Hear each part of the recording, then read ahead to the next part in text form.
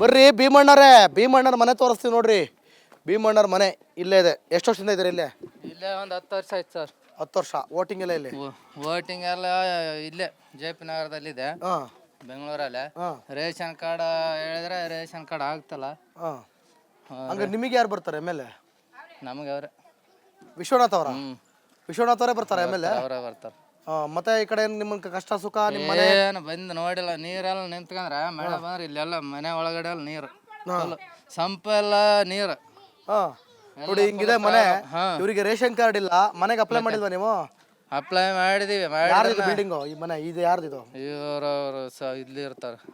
ಅವ್ರಿಗೆ ಎಷ್ಟು ಕೊಡ್ತೀರಾ? ಎಷ್ಟು ಬಾಡಿಗೆ? ಅವ್ರಿಗೆ 3,000 ಬಾಡಿಗೆ. 3,000? ಇದು ಯಾವುದೋ ಹಳ್ಳಿ ಗುಜಾಡಲ್ಲಿ 3,000 ಕೊಡ್ತಾರೆ? 3,000 ಬಾಡಿಗೆ. ಅಯ್ಯೋ ದೇವ್ರೇ. ಏನ್ ಚೆನ್ನಾಗಿದೆ ಅಂತ ಇದಕ್ಕೆ 3,000 ಕೊಡ್ತೀರಾ ನೀವು? ರೇಷನ್ ಕಾರ್ಡ್ ಇಲ್ಲ? ರೇಷನ್ ಕಾರ್ಡ್ ಇಲ್ಲ. ಯಾಕೆ ಕೊಟ್ಟಿಲ್ಲ ನಿಮಗೆ ರೇಷನ್ ಕಾರ್ಡ್? ನೀವು ಶ್ರೀಮಂತರ? ಶ್ರೀಮಂತರಿಗೆ ತಾನೇ ರೇಷನ್ ಕಾರ್ಡ್ ಕೊಡಲ್ಲ, ಬಡವ್ರಿಗೆ ಕೊಡ್ಬೇಕು ತಾನೆ. ಆಧಾರ್ ಕಾರ್ಡ್ ಚೇಂಜ್ ಮಾಡಕ್ಕೆ ಅಲ್ಲಿ ಆಗಲ್ಲ ಇಲ್ಲಿ ಆಗಲ್ಲ ಅಂತಾರೆ.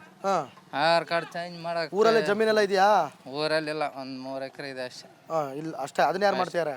ಅದ್ರಲ್ಲಿ ಅಲ್ಲಿ ಹಾಕ್ಬಿಟ್ಟು ಬಂದಿವಿ. ಅದನ್ನೇ ಮಾಡಕ್ಕೆ ಗತಿ ಇಲ್ಲ, ದಿಕ್ಕಿಲ್ಲ, ಅದ್ರ ಮುಟ್ಟಕ್ಕೆ ಆಗ್ತಾ ಇಲ್ಲ ನಿಮ್ಮ ಕೈಲಿ. ಮತ್ತೆ ನೋಡ್ರಿ, ಈಗ ಭೀಮಣ್ಣ ಅವರಿಗೆ ಮನೆ ಇಲ್ಲ, ರೇಷನ್ ಕಾರ್ಡ್ ಇಲ್ಲ, ಅಕ್ಕಿಗೆಲ್ಲ ಮತ್ತೆ ಏನ್ ಮಾಡ್ತೀರಾ ಊಟಕ್ಕೆ? ಮತ್ತೆ ತಗೊಂಬರೋದು ಹೋಗಿ